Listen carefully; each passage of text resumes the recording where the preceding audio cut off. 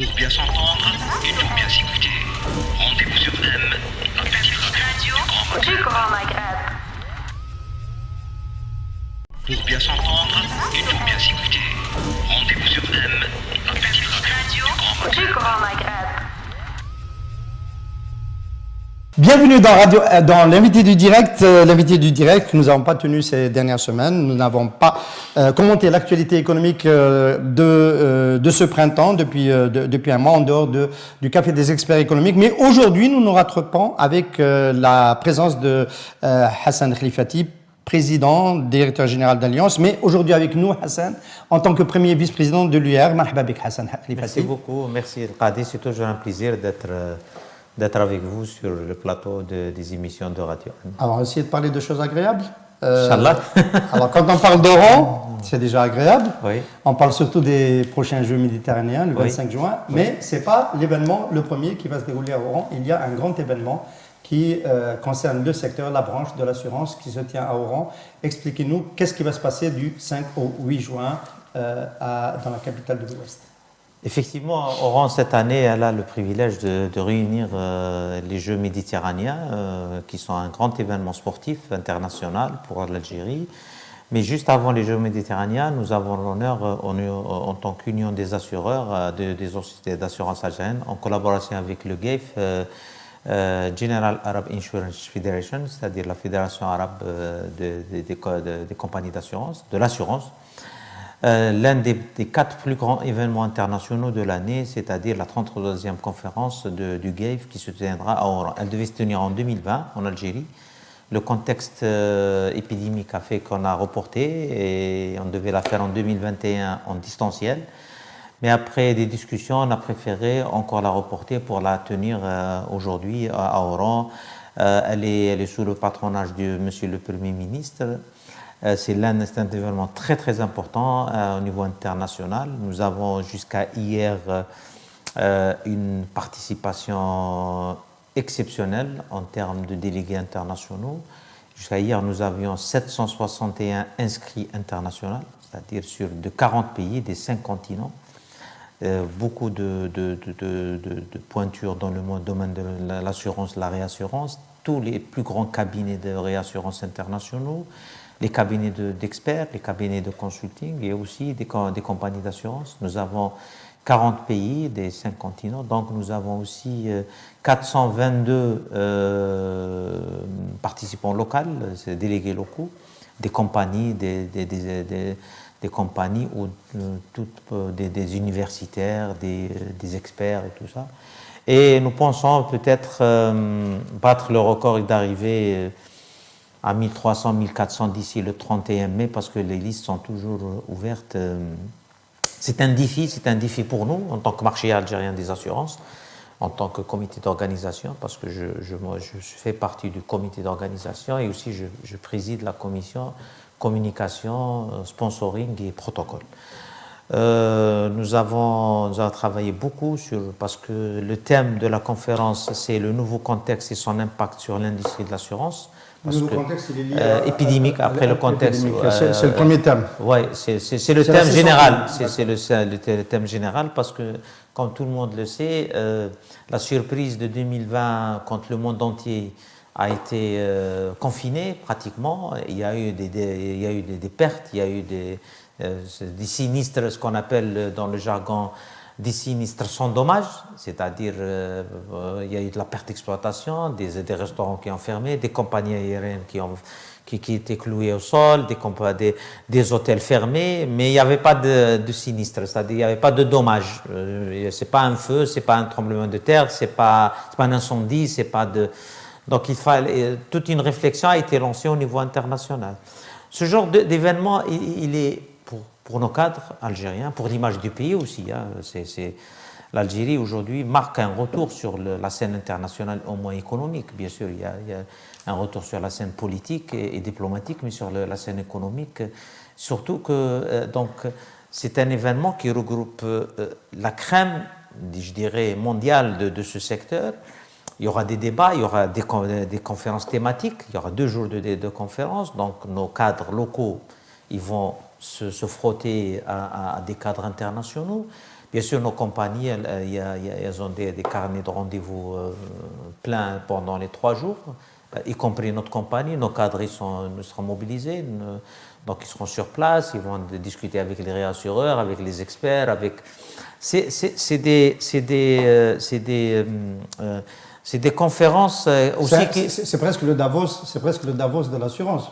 On peut dire ça, mais je dis ça parce qu'il y a le Davos en ce moment. Oui, et en plus, il y a un programme culturel, c'est-à-dire il y a les dîners galas où nous présentons aussi la culture locale, des chanteurs locaux, et il y a des programmes de visite, un programme culturel de visite de sites historiques, la Santa Cruz, la mosquée du Pacha et d'autres lieux qui ont été choisis par les organisateurs pour montrer un peu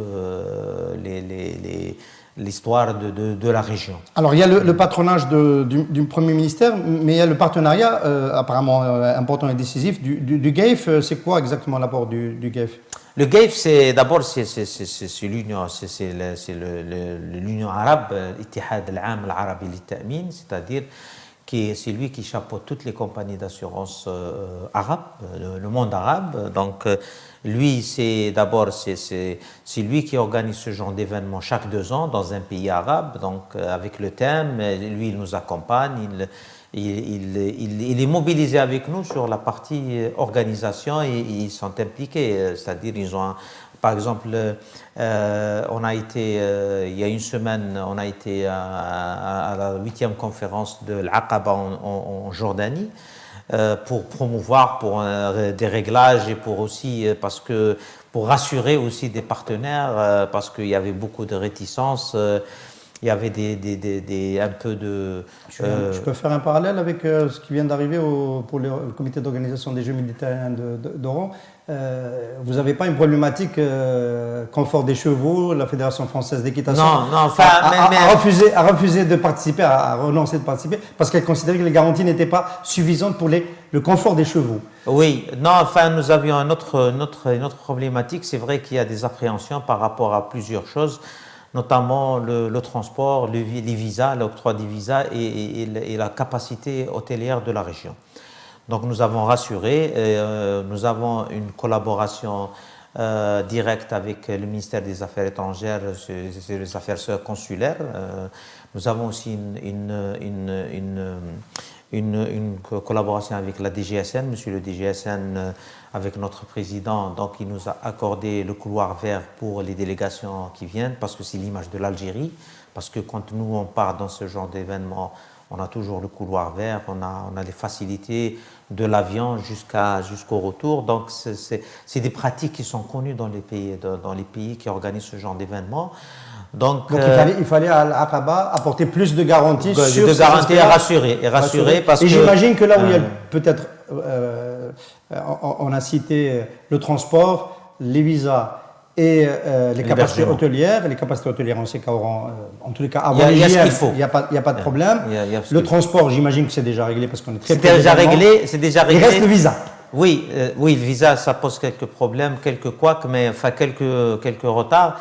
Mais nous avons des interlocuteurs à qui nous essayons, parce que au niveau central, au niveau du ministère des Affaires étrangères, il y a une collaboration totale.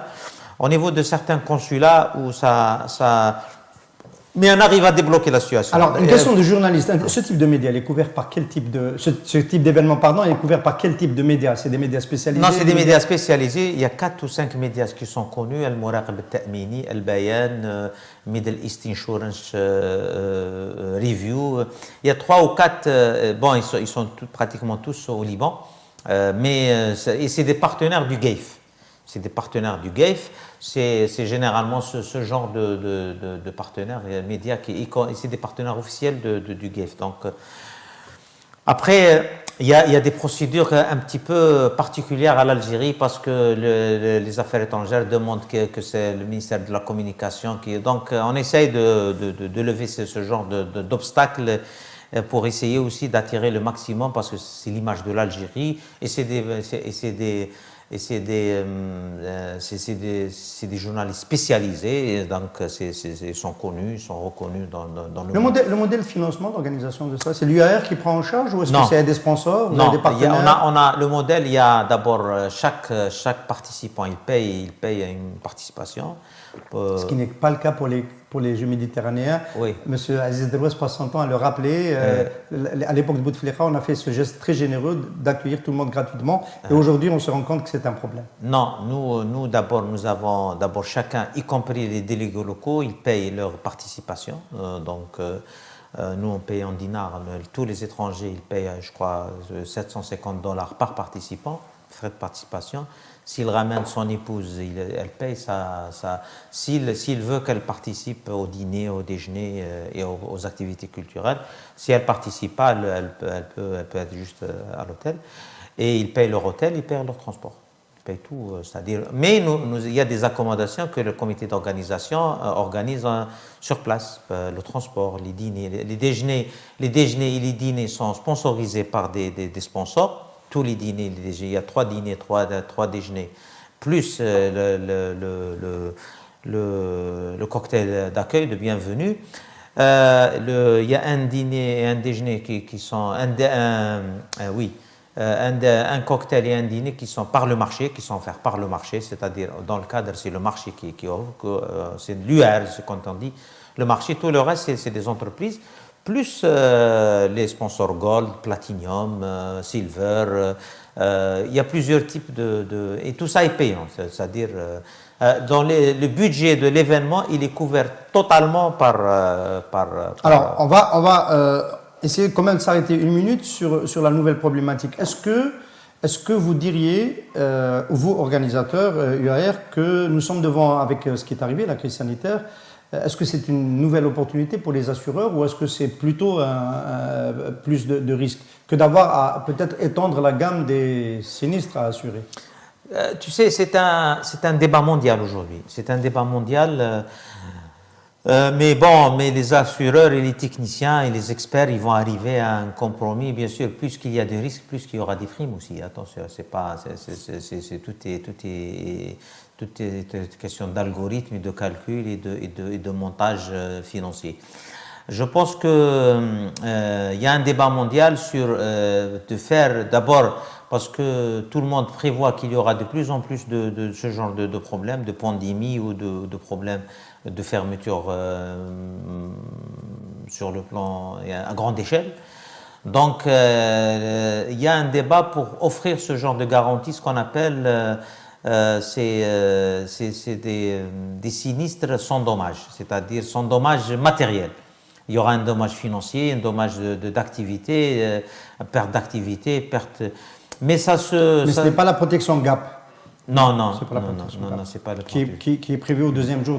Oui, non, c'est d'autres. Aujourd'hui aussi, il y a un débat sur aussi la numérisation et la digitalisation et comment dans le futur ces compagnies vont, c'est-à-dire que les transformations du secteur, parce qu'on commence à parler de la compagnie numérique, de l'agence numérique et tout ça.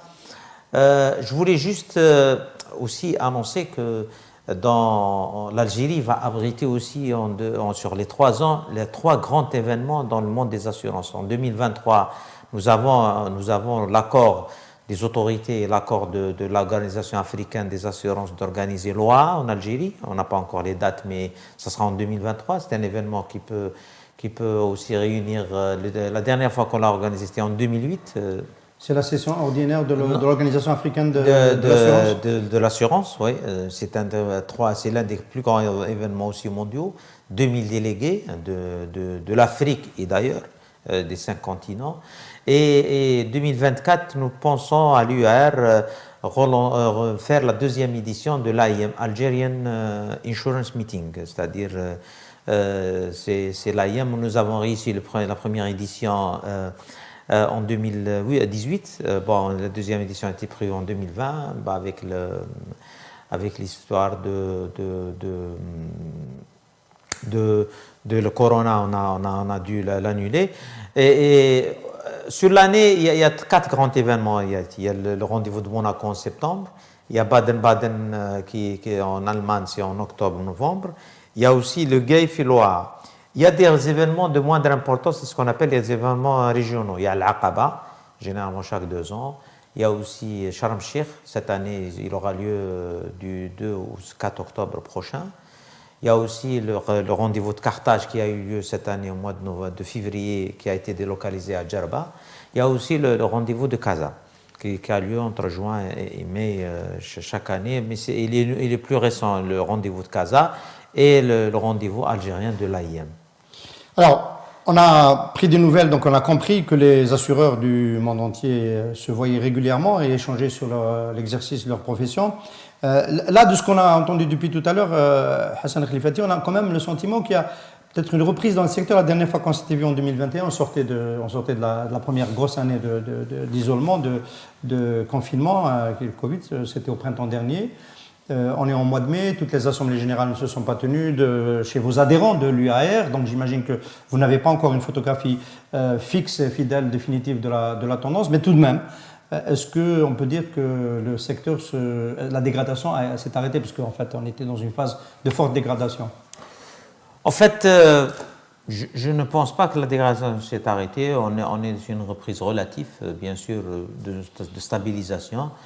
Il y a eu, comme on l'a dit, mais ça s'est ajusté sur des exercices, c'est-à-dire que les grandes compagnies de réassurance, ils ont réajusté leurs primes sur les gros risques en Algérie, les risques hydrocarbures et d'autres gros risques. Donc le placement international a fait tirer un petit peu, si on analyse un petit peu les chiffres disponibles jusqu'à maintenant, c'est vrai que le secteur a fait un bond de 4%, c'est-à-dire il est revenu à la situation de 2019, mais qui était elle-même dégradée par rapport donc on est revenu à 2019, on est au même niveau pratiquement, mais l'automobile, on est à moins 4%, les autres risques, les risques qui ont augmenté, c'est les risques IRD parce qu'ils sont liés à l'international et aux tarifications internationales. Mais toutes les distorsions du marché algérien sont toujours là, hein, c'est-à-dire la guerre des tarifs, le dumping, la sous-provision,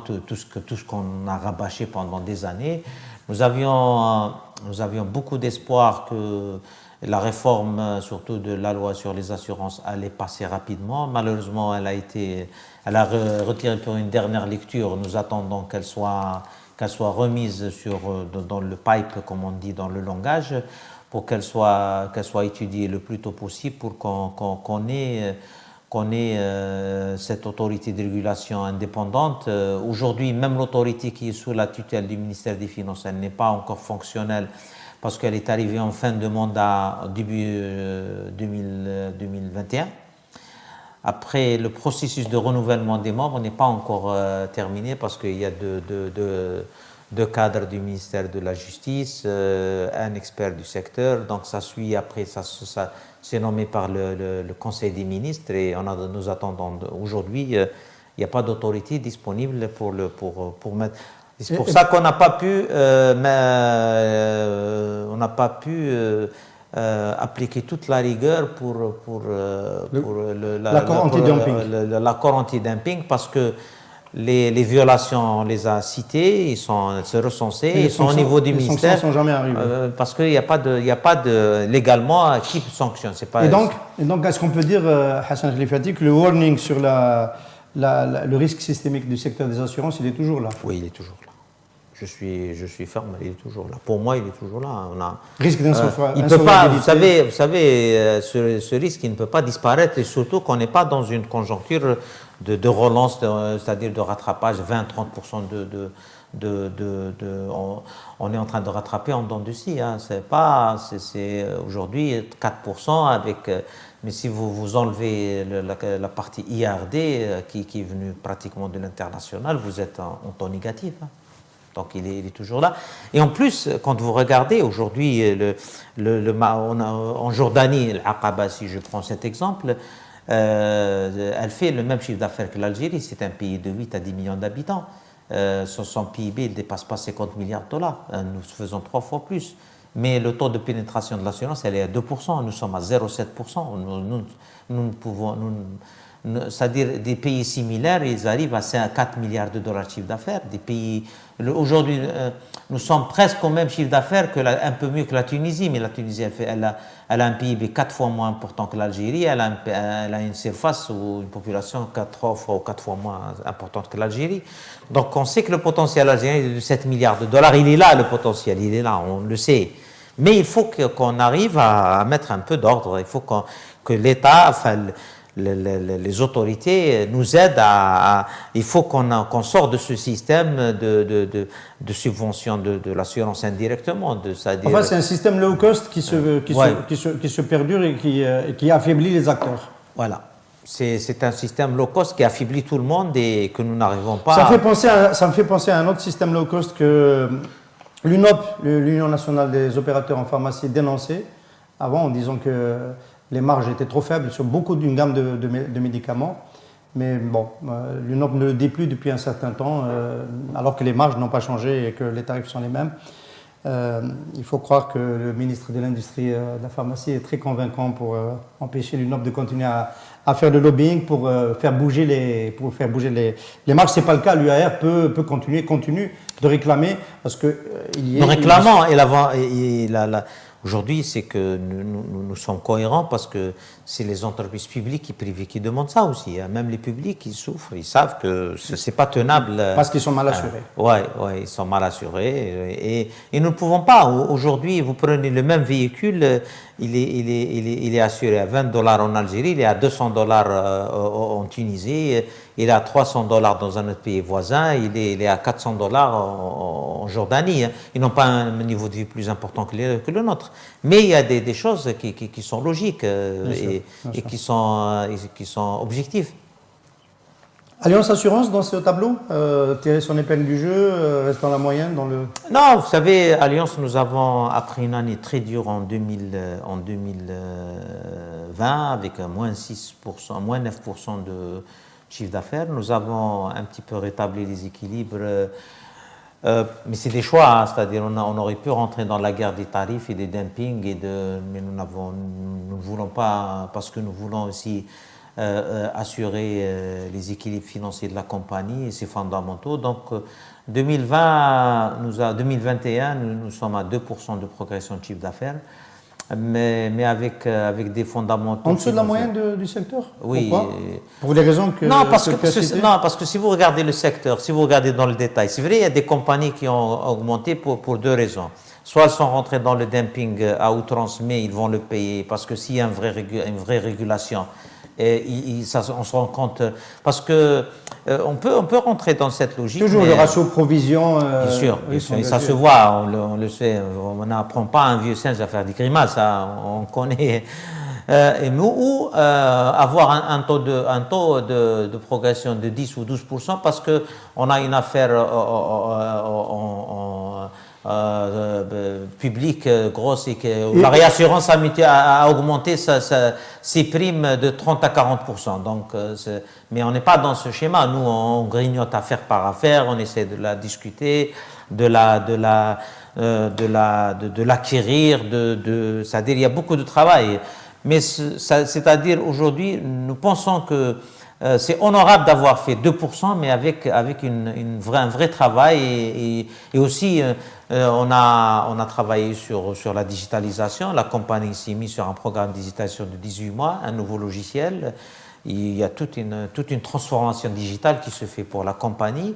Nous pensons même être capables de digitaliser toute l'expérience du client de bout en bout d'ici quelques mois. Donc nous travaillons sur l'avenir aussi. Hein. Alors, il y a eu encore des investissements, enfin on ne sait pas s'il est définitivement retenu, s'il va être revu encore au niveau du Parlement, qui est supposé permettre de lever un petit peu les obstacles qui ont jusqu'à aujourd'hui été une entrave. On peut rappeler que depuis 2019, on est quasiment à l'arrêt dans les investissements. On a levé la main sur d'anciens projets. Est-ce que donc premier vice-président de l'UR, mais aussi vice-président du CREA, peut-être pas à ce titre, mais au titre de l'assureur, comment Hassan Khelifati commente le nouveau code des investissements? Très bien. Je préfère préciser que je vais parler au moins en tant qu'investisseur ou opérateur ou acteur de l'économie nationale. Je ne vais pas parler au nom, je vais pas engager le CREA sur le débat. Bien que nous sommes très... Le CREA a participé activement parce que lors de la rencontre du Premier ministre, on a remis 38 propositions. Et ce qui est bien, c'est que beaucoup de propositions ont été retenues ou dans le texte global. Mais en tant qu'opérateur, je dirais que c'est une bonne avancée si on arrive à compléter le projet de loi avec les textes d'application et avec la loi sur le foncier industriel ou la fameuse Agence nationale du foncier industriel.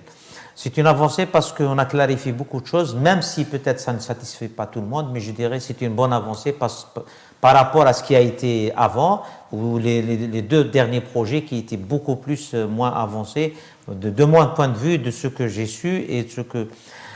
D'abord, la première clarification, la première avancée, c'est qu'aujourd'hui, le CNI a été clarifié dans ses missions. Il définit les politiques d'investissement. Il n'a plus de rôle délibératoire sur les projets, c'est-à-dire c'est l'agence de l'investissement qui s'occupe à travers le guichet unique.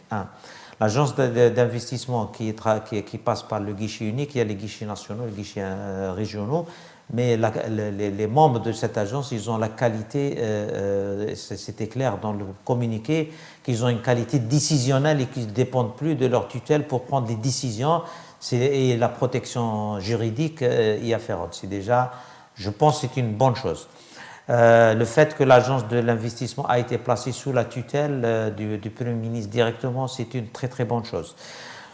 Le fait aussi que on a donné des garanties aux investisseurs internationaux pour le transfert de leurs dividendes et la garantie qu'ils peuvent transférer leurs dividendes, c'est une très bonne chose. Aussi, ça c'est une chose sur laquelle on a milité depuis toujours, bien que ça nous a valu beaucoup d'inimité avant, et même sur ce plateau et sur l'autre des autres, moi j'avais toujours milité pour la pénalisation de l'acte de blocage de l'investissement. C'est pour la première fois où la première autorité du pays parle de ça, et clairement, et aussi contre le fait que le président insiste et parle de la digitalisation, de la transparence, de la traçabilité, il parle aussi du fait que l'administration doit être un partenaire, ne doit pas plus être... C'est-à-dire qu'aujourd'hui, nous avons comme l'impression que l'administration, elle se considère au-dessus de la loi, où elle est au même niveau que l'opérateur. C'est-à-dire elle représente l'État, mais elle doit l'accompagner, elle doit le protéger, mais elle doit aussi lui faciliter la tâche. Donc, et s'expliquer sur ces décisions aussi, avec des délais. Moi, je l'avais dit il y a quelques années, j'avais insisté, mais à chaque fois, c'est le rôle de la justice, parce que moi, en tant qu'opérateur, si quelqu'un ne veut pas appliquer la loi, je ne vais pas avoir le wali. Je vais lui intenter un procès. On a abus de pouvoir. Voilà, abus de pouvoir. Non seulement il est sanctionné, mais je suis indemnisé aussi en tant qu'opérateur. Et c'est ça qui va mettre chacun devant ses responsabilités, parce que aujourd'hui, c'est bien que le président il ait fait que 800 projets ou 900 projets soient débloqués à travers le médiateur de la République, mais la question qu'on se pose aussi, pourquoi ces projets ont été bloqués? Et parce que le médiateur de la République ne peut pas passer sa vie à courir à débloquer les projets, il faut que la loi permettra aux opérateurs dans tous les domaines, n'importe quelle région du pays, quand l'administration elle est en abus de pouvoir, il ne va pas demander audience ni au wali, ni au ministre, ni au supérieur. Il va aller en justice, la justice non seulement le rétablira, sanctionnera le fonctionnaire qui a abusé ou qui n'a pas voulu appliquer la loi, parce qu'il y a deux façons de voir. Appliquer la loi, prendre des décisions ou ne pas prendre des décisions, parce que ne pas prendre des décisions, c'est une décision, et qui peut tuer même une entreprise, que ce soit dans une... et aussi... D'ailleurs, c'est le processus le plus fréquent. Voilà. De ne pas prendre de décision. Et aussi, maintenant, bien sûr, il y a d'autres lois qui doivent sortir rapidement, parce que ce dispositif ne suffit pas, la dépénalisation de l'acte de gestion, est aussi la mère des réformes, la réforme financière et bancaire. C'est ce qu'on attend aujourd'hui. On sait qu'au niveau de la Banque d'Algérie, il y a un texte au niveau il y a une LMC, la loi sur la monnaie des crédits, elle est en train d'être revue. J'espère que d'ici la fin de l'année, on aura une nouvelle mouture qui va libéraliser l'activité, qui va ouvrir des champs, surtout notamment pour la banque numérique, pour toutes ces nouveautés qui sont dans le marché, pour absorber aussi la surliquidité, l'informel et tout ça. Parce que la politique monétaire, c'est la Banque d'Algérie qui va la définir. Hassan Khelifati, pour rester sur le code des investissements, qui est déjà peut-être un premier jalon sur cet itinéraire, le cercle d'action et de réflexion de l'entreprise, lui, il a un point de vue un peu différent. Il dit que le maintien du système des avantages fiscaux est obsolète, il est dépassé dans le monde et qu'il risque de causer plus de problèmes qu'autre chose de l'avoir maintenu. Je suis membre fondateur du CAIR depuis 20 ans, donc certainement que je partage l'avis et je l'ai même défendu publiquement dans des interviews. Effectivement, moi j'ai toujours dit que l'opérateur algérien, moi, de mon point de vue, donnez-nous la loi transparente et laissez-nous travailler, et bien sûr avec des fiscalités claires, et parce que celui qui donne l'avantage, il a le droit de contrôler et ça devient un chantage indirect. Et donc il vaut mieux renoncer à l'avantage. Non, il faut parce que l'opérateur, qu'est-ce qu'il cherche? Il cherche la flexibilité, la transparence et l'application de la loi.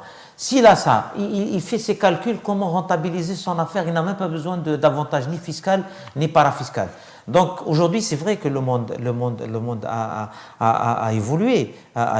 Aujourd'hui, je pense que c'est un objectif qu'il faut réfléchir à changer de fusil d'épaule et de dire je ne donne plus d'avantages, peut-être pour des choses exceptionnelles, mais je donne un cadre transparent, applicable et une fiscalité transparente et qui est pour tout le monde. Et comme ça, un opérateur, nous les opérateurs, on va faire nos calculs, on sait que la loi, ce qu'elle prévoit, en termes de TVA, en termes de différentes taxes, en termes de droits et de devoirs, mais aussi en face, nous avons une administration. C'est une autre approche. Non, voilà, mais qui connaît ses droits et ses devoirs. Et nous avons un arbitre qui est la justice en cas d'abus de l'un ou de l'autre.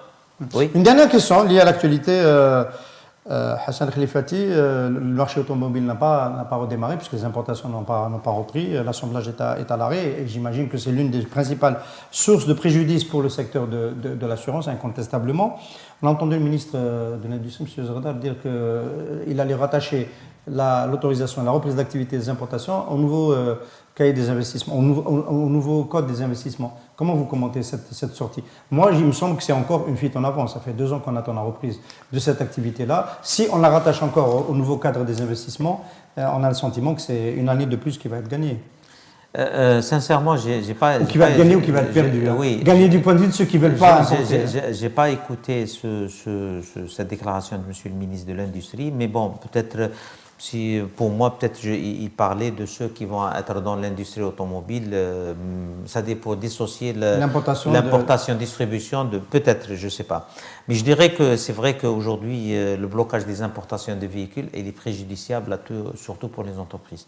Les entreprises ne trouvent plus parce que aujourd'hui, la voiture, dans un pays continent comme le nôtre, la voiture, c'est un moyen de travail. Et que ce soit la voiture, le camion, les voitures utilitaires, aujourd'hui on ne trouve pas.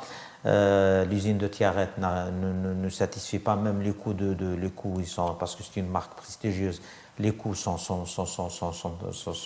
importants. On parle de quoi? On parle de Mercedes? De Mercedes. Ça, c'est l'armée, ça. Non, mais ils font des fourgons, ils font quelques produits, des bus, certains bus. Je ne sais pas quel quota je parle pas au civil.